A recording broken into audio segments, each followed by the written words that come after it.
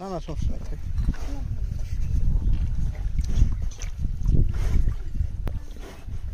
এটা দিব না তো।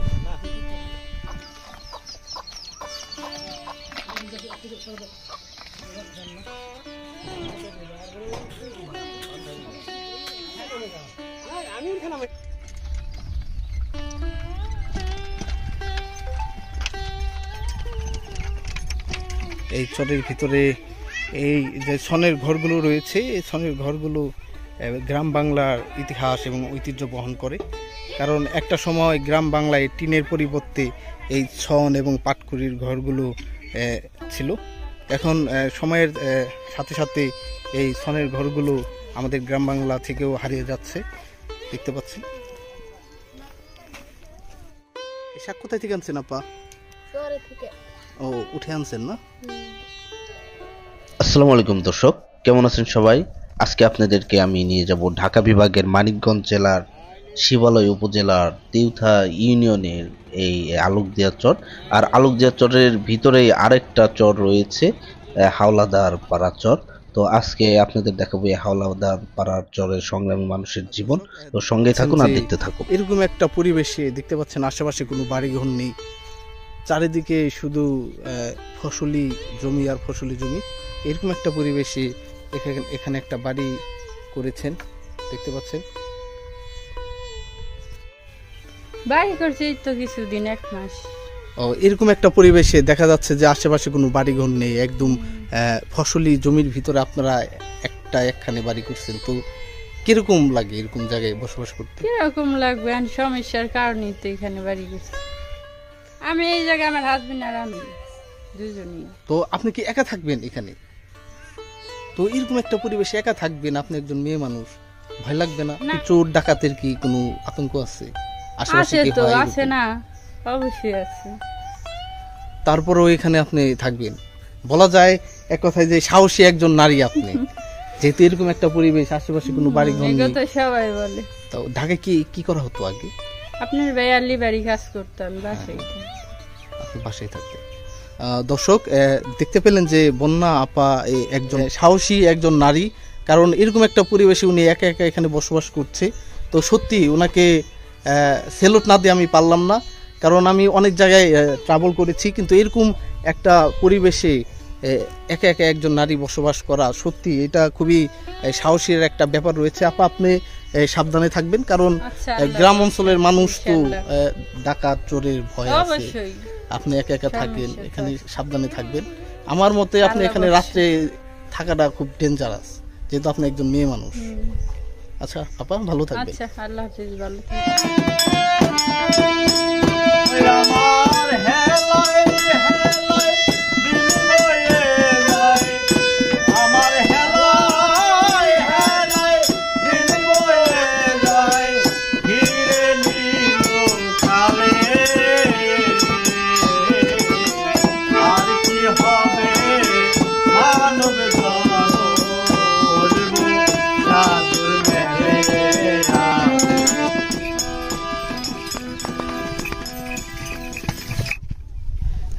এদিকে দেখছেন এই যে কিছু ফেরি এখানে চলাফেরা করছে, দেখতে পাচ্ছেন দর্শক, এই যে ফেরি চলতেছে।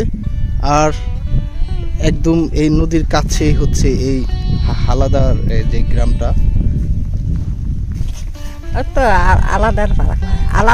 আলাদার পাড়া। তো এখানে থাকার আগে আপনি কোথায় ছিলেন আগে? আমরা ওই যখন নদীর কান্দা আছে না, নদীতে ভাঙ্গে এখানে কতদিন ধরে বাড়ি করছেন? এই তো রোজার মধ্যে। তো কেমন কাটতেছে কাকি এই গহীন চরের জীবন? নদীর পাড়ের জীবন কিরকম কাটতেছে? এইরকমই দেখেন না, আমাকে তো জোর জমি নাই, আবার সবাই নাই, বাজারটা আবার জানে কামাই কিনে খাই কেবল ওই যখন আবার। তো কি চলেন কিভাবে তাহলে? চলি তো কামলা ফিরে দেয়, পোলারা কাম করে, বাড়ির মানুষ কাম করে, বুড়িয়া ওই চেনে তো কাম করা চলে না, তাও কাম করে। দেখতেছি কাকি যে নদী একদম আপনাদের এই পাড়ার কাছেই চলে আসছে। তো এখানে কি ভাঙার সম্ভাবনা আছে এবছর? সম্ভাবনা আছে, ও তো ওই কোনা থাকি আসবো, ওই যে গাছ গাছালি দেখা যায় না? হ্যাঁ হ্যাঁ হ্যাঁ, ওই যে গাছ গাছালি। হ্যাঁ, ওই গান ওই পিলে থাকি আসবো। তাহলে আপনারা এত কাছাকাছি আবার বাড়ি করছেন, আবার নদী আসলে তো আবার এখান থেকে ভেঙে আরেক জায়গায় আবার যাবেন। যাওয়া লাগবো। তাহলে এত বারে বারে ঘর ভেঙে নিয়ে যান, এতে তো অনেক টাকা পয়সা টাকা লাগে। জমি বাজানটা আমরা বানাই পারি না, সামর্থ্য তো হয় না। এ চর ছেড়ে তাহলে আপনারা অন্যদিকে যান না কেন, যেদিকে নদী ভাঙনের কোনো আতঙ্ক নাই? আমার তো সামর্থ্য নাই, নাই দিই তো খালি তো ওখানে থাইলাম 4 বছর, হ্যাঁ। আবার 2 বছর আবার হেনে আইছি এতে রোজার মধ্যে। এভাবে জীবন কাটতেছে না? হ্যাঁ, এই চরের জীবনগুলো যেরকম সৌন্দর্যময়, ঠিক একইভাবে খুবই সংগ্রামী এখানকার জীবন। এখানকার প্রত্যেকটা মানুষই তারা এখানে এই নদীর সাথে যুদ্ধ করে এখানে টিকে রয়েছে যুগের পর যুগ, বছরের পর বছর, এভাবে তাদের জীবন অতিবাহিত হচ্ছে। এখানে দেখার যেন কেউই নেই। বাসা ছিল আমাদের ওদিকে, ওই স্কুল ছিল ওদিকে ছিল, ওইখান বাসা নদীতে ভাঙ্গিয়া পরে এই জায়গায় কি ছিল, যেখানকার জায়গায় বাড়ি করছে এইরকম সিস্টেমই ছিল। আর এখানে কি জমি কিনে বাড়ি করছেন? হ্যাঁ, এই জায়গা আর কি জায়গা টাকা দিয়ে কিনা হয়েছে, এই জায়গাটা বেশি আছে কম আছে এই সিস্টেমে। মূলত এখানে প্রায় বাড়ি কি ভাড়া থাকে, এখানে জমি ভাড়া থাকে? হ্যাঁ, জমি আর কি, জমি আমরা শহরে দেখি যে বিভিন্ন বাড়ি ঘর ভাড়া হয়, কিন্তু হ্যাঁ, ও এই চর অঞ্চলে দেখলাম যে জমি ভাড়া করে আর কি মানুষ রাখা হয় একজনের কাছ থেকে। হ্যাঁ, ওই পরিমাণ এই কি বছরের চুক্তি অনুযায়ী। হ্যাঁ। আসসালামু আলাইকুম দর্শক, ওয়েলকাম টু অ্যানাদার ব্লগ। আবার ফিরে আসলাম ঘুরি ফিরি নতুন আরেকটি এপিসোড নিয়ে। আজকে আমি যেখানে রয়েছি এটা হচ্ছে ঢাকা বিভাগের মানিকগঞ্জ জেলার শিবালয় উপজেলার হাওলাদার চরে। এই হাওলাদার চরটি একদম নদীর কোল ঘেঁষা, দেখতে পাচ্ছেন আমার পিছনেই হচ্ছে নদী। এই নদীর কোল ঘেঁষা এই চরটি অবস্থান, এই হাওলাদার চরের অবস্থান। তো এখানকার মানুষ সংগ্রামের সাথে, নদীর সাথে সংগ্রাম করে এখানে যুগের পর যুগ টিকে রয়েছে, যুদ্ধ করে এক কথায় দর্শক। কারণ আমি এখানে এসে যেরকম দৃশ্য দেখতে পেলাম যে প্রচুর পরিমাণে এখানে হিট, এখানে এত পরিমাণে গরম দর্শক, এখানে এত পরিমাণে গরম যে এখানে সাধারণ মানুষ, আমরা যারা শহরে বসবাস করি, আমরা এখানে এসে 1 দিন 2 দিনও মনে হয় টিকতে পারবো না। কারণ এখানে খুবই উত্তপ্ত জায়গা এবং প্রত্যেকটা রাস্তাঘাট এবং কোনো সুযোগ সুবিধা নেই। এখানে সমস্ত নাগরিক সুযোগ সুবিধা থেকে এখানকার মানুষ বঞ্চিত হয়ে রয়েছে। তো আজকে আপনাদের দেখাবো এই হাওলাদার চরের মানুষের সংগ্রামী জীবন এবং তারা কিভাবে এখানে নদীর সাথে সংগ্রাম করে এখানে টিকে রয়েছে। তো সঙ্গেই থাকুন আর দেখতে থাকুন। দেখতে পাচ্ছেন এক ভাইয়ের এটা ছোটোখাটো একটা গরুর ফার্ম বলা চলে। আর এই চর অঞ্চলের মানুষের প্রধান জীবিকার মাধ্যমই হচ্ছে এই পশুপালন এবং কৃষিকাজ। তো এগুলো করেই তারা তাদের এই সংগ্রামী জীবনকে পরিচালনা করে থাকে। দেখতে পাচ্ছেন এই চরের প্রায় বাড়িতে এরকমভাবে আপনারা 2টা 4টা 5টা 10টা এরকমভাবে গরু পেয়ে যাবেন। এটি হচ্ছে এখানকার মানুষের প্রধান আয়ের উৎস। তো ভাই কেমন আছেন? মোটামুটি আল্লাহ ভালোই আছে। এই কেমন কাটছে এই গহীন চরের জীবন? মোটামুটি ভালোই। এখন ইদারিং আমাদের সমস্যা, নদী ভাঙ্গা, একখান থেকে আর একখানে সরিয়ে আসার লাগে, মনে করেন ঠিক মতো এক জায়গায় বসবাস করতে পারি না। আগে ছিল ওই মিলে স্কুলের কাছে, ওইখান থেকে ভাঙ্গি এই জায়গায় কি আবার। তো আপনার এই চরের জীবনে কতবার আপনার এই বাড়ি ঘরগুলো ভাঙতে হয়েছে? মোটামুটি 4 বার ভাঙছি আমি এই 20 বছরের ভিতরে। 4 বার ভাঙন দিছে? 4 বার আছে। আমরা বাড়িতে আছি 1 বিঘা নিয়ে। বছরে কত করে দিতে হবে? বছরে দিই 7,000। বছরে 7,000। আমরা শহরে দেখছি যে শহরে বাড়িঘর ভাড়া হয়, কিন্তু আপনাদের এই চরে এসে দেখলাম যে এখানে জমিন ভাড়া হয়। জিনিসটা খুবই অদ্ভুত লাগলো। জমিনের উপরে মাটি তুইলা, ঘর বাড়ি তুইলা থাকা হয়। চর এবং গ্রাম অঞ্চলের বাড়িগুলো একটা কারণে আমার কাছে খুব ভালো লাগে, কারণ এখানে কোনো সীমানা প্রাচীন নেই। এখানে এক বাড়ি থেকে আরেক বাড়ির উপর দিয়ে রাস্তা রয়েছে।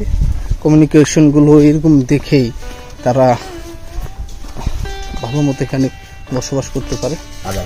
শিকারি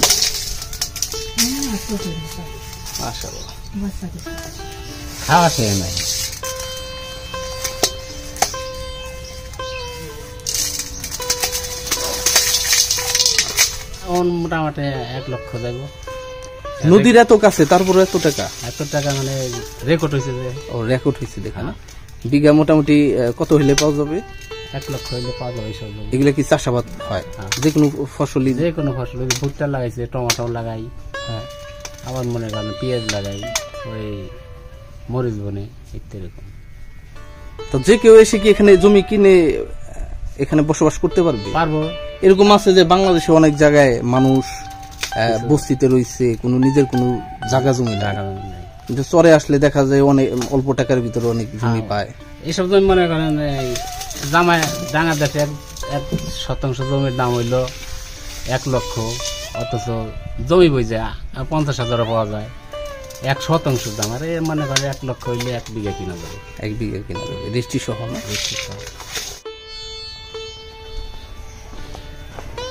দর্শক, গ্রামীণ দৃশ্য, চরের যে জীবন দেখতে পাচ্ছেন, যে পাশেই ফসলি জমি আর এই পাশেই বসতি গড়ে উঠেছে। তো এভাবেই যুগের পর যুগ, বছরের পর বছর মানুষের বসতি এক জায়গা থেকে আরেক জায়গায় এভাবে স্থানান্তর হয়েছে। দর্শক, এই চরগুলোতে আসলেই এখনো এরকম পাটখড়ির ঘরগুলো দেখা যায়, ছোট ছোট এই ঘরগুলো দেখা যায়। এখানে হয়তো বা শহরের মতো এরকম দালান কোঠা নেই, কিন্তু প্রত্যেকটা ঘরের ভিতরেই সুখ বিরাজমান। এখানে প্রত্যেকটা মানুষই অনেক সুখে শান্তিতে বসবাস করছে। হয়তো বা নাগরিক কিছু সুযোগ সুবিধা এবং শহরের মতো এত সুযোগ সুবিধা নেই। দেখতে পাচ্ছেন এখানে প্রত্যেকটা বাড়িতে কম বেশি এরকম সবজির গাছ রয়েছে। তারা এখানে তাদের নিজেদের চাহিদা পূরণ করে শহর কিংবা আশেপাশে বাজারগুলোতে এরকমভাবে এই ফসলগুলো বিক্রি করে থাকে। আর প্রত্যেকটা বাসায় দেখতে পাচ্ছেন এরকম তাদের উৎপাদিত ফসল। এখানে আমরা দেখতে পাচ্ছি ভুট্টা। তো কাকি, এবছর কিরকম ভুট্টা হইল?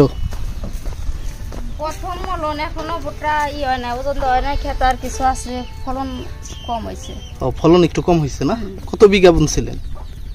অল্প, আমরা বুনি না, আমার পাশের বাড়ি, আমাদের ওই বাড়ি। তো এখানে কত বছর ধরে বাড়ি করছেন? এখানে 2 বছর হয়েছে। 2 বছর? এবার কোরবানি আসতে 2 বছর হবে। জমি কিনে কি বাড়ি করছেন নাকি? না, কেউ সরকারে রাখছে, কেউ দেখা গেছে নিজের খেতে বাড়ি করছে। হ্যাঁ হ্যাঁ। আমরা গরিব মানুষ, আমরা কি আর এত জমি কিনতে পারি?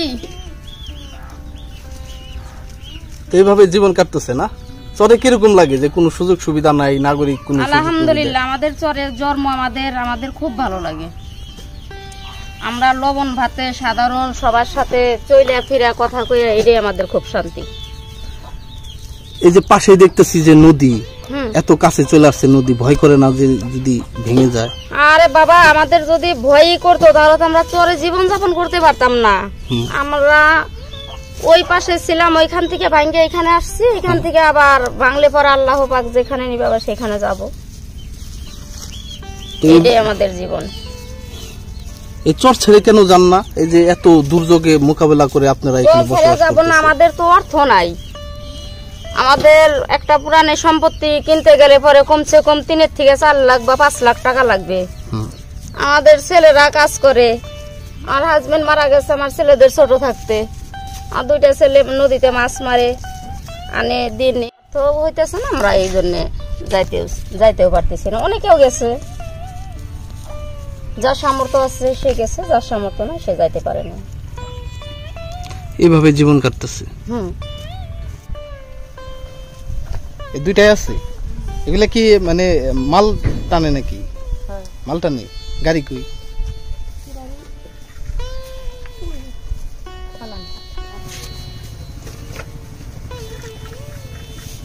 লোকটা দিছে কি এই 2টা আমার দিকে?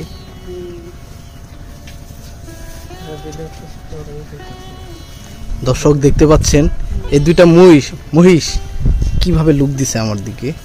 মনে হচ্ছে যে এখনই মনে হয় ঝাঁপিয়া পড়বে।